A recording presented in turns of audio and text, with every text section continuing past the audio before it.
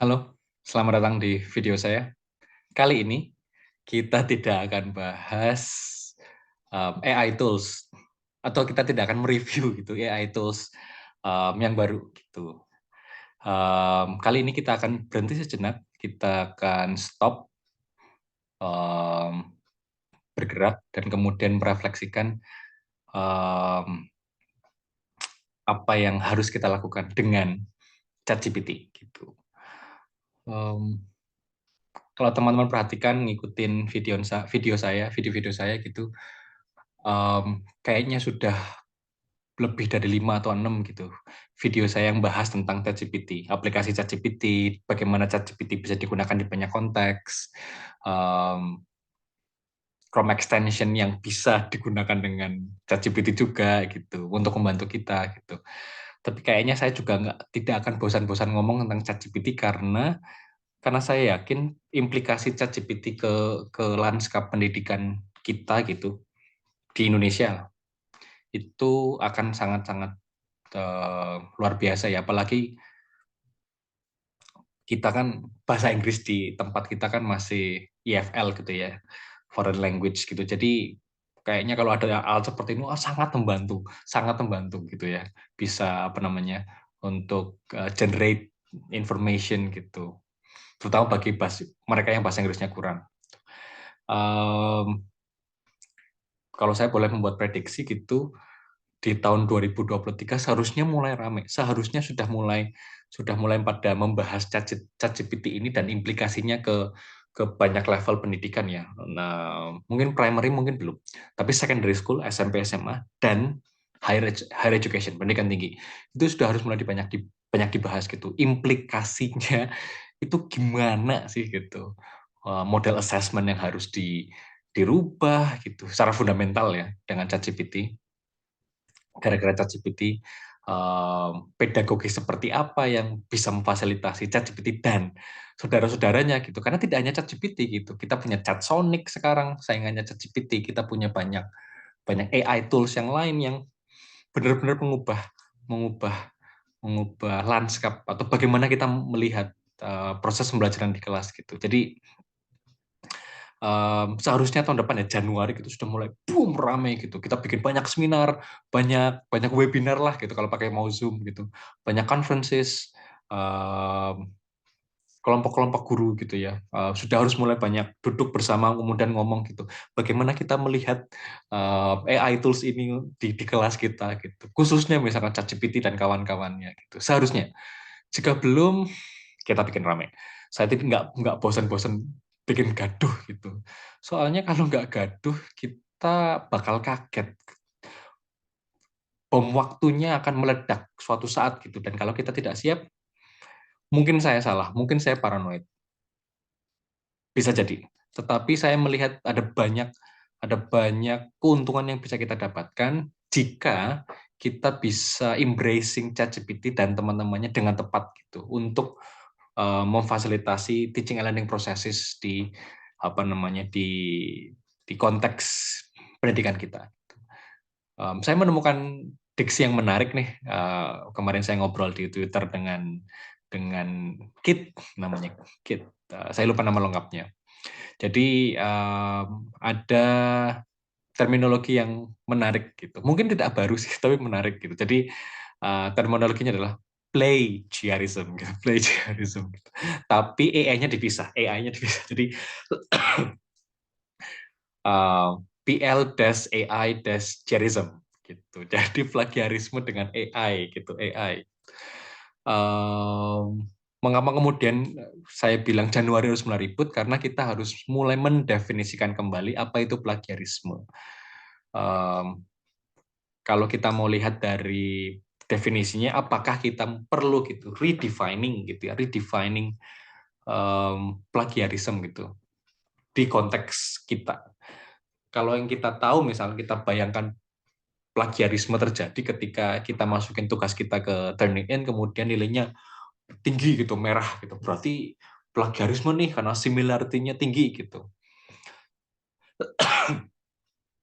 Dia ngambil punya orang tanpa tanpa izin gitu. Sementara dengan ChatGPT dan teman-temannya yang lain, ChatSonic misalkan, kan kita tidak ngambil punya orang. Kita bertanya, diberi informasi, gitu.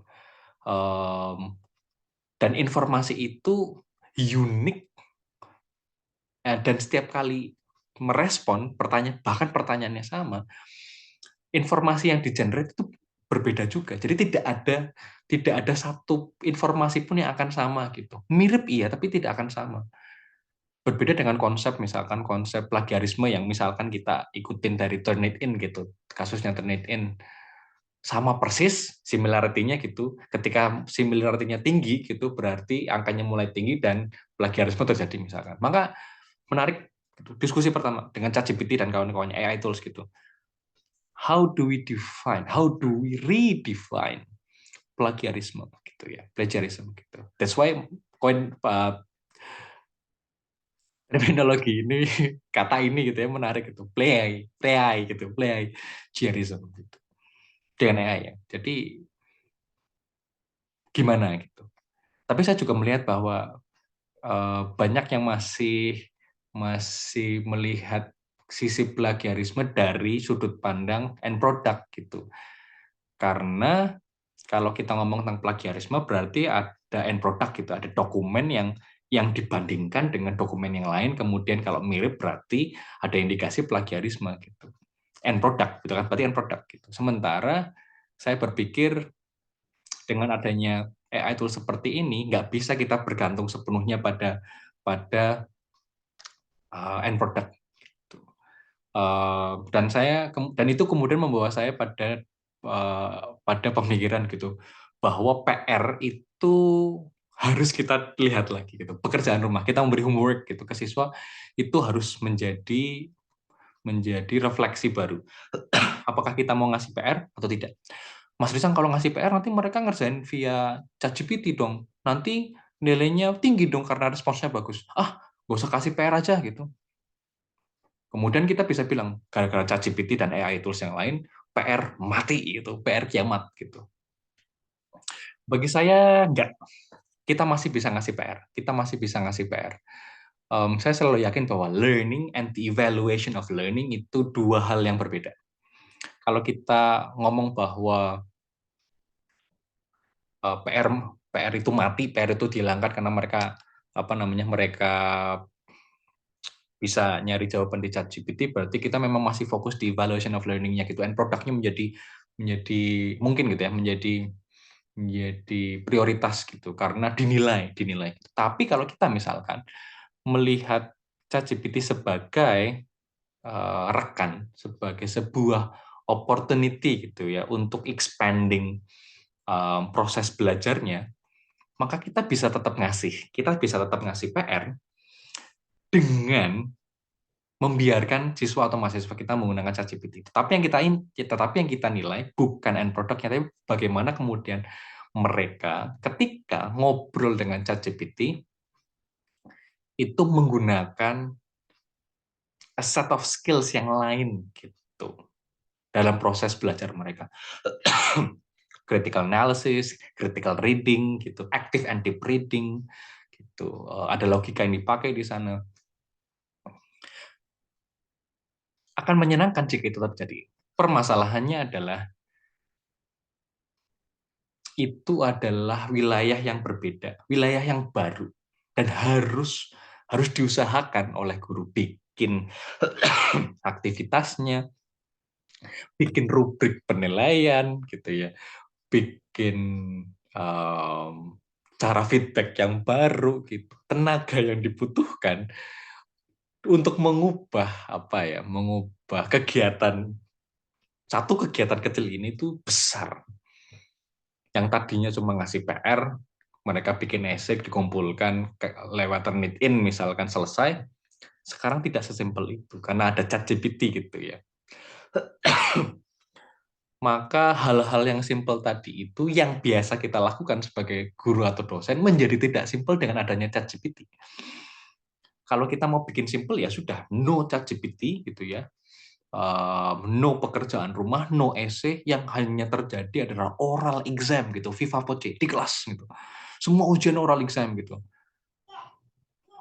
Ya boleh, Ya boleh, tetapi sekali lagi kalau mau jujur gitu ya, kalau mau mengubah semua eee, model assessment-nya menjadi viva voce gitu dan oral exam di sekolah atau kampus, kita juga harus sadar itu juga butuh effort lagi gitu bagi kita ya. Jadi, harus dengerin satu-satu, harus nilai gitu. Jangan kira tenaganya akan berkurang, nggak juga.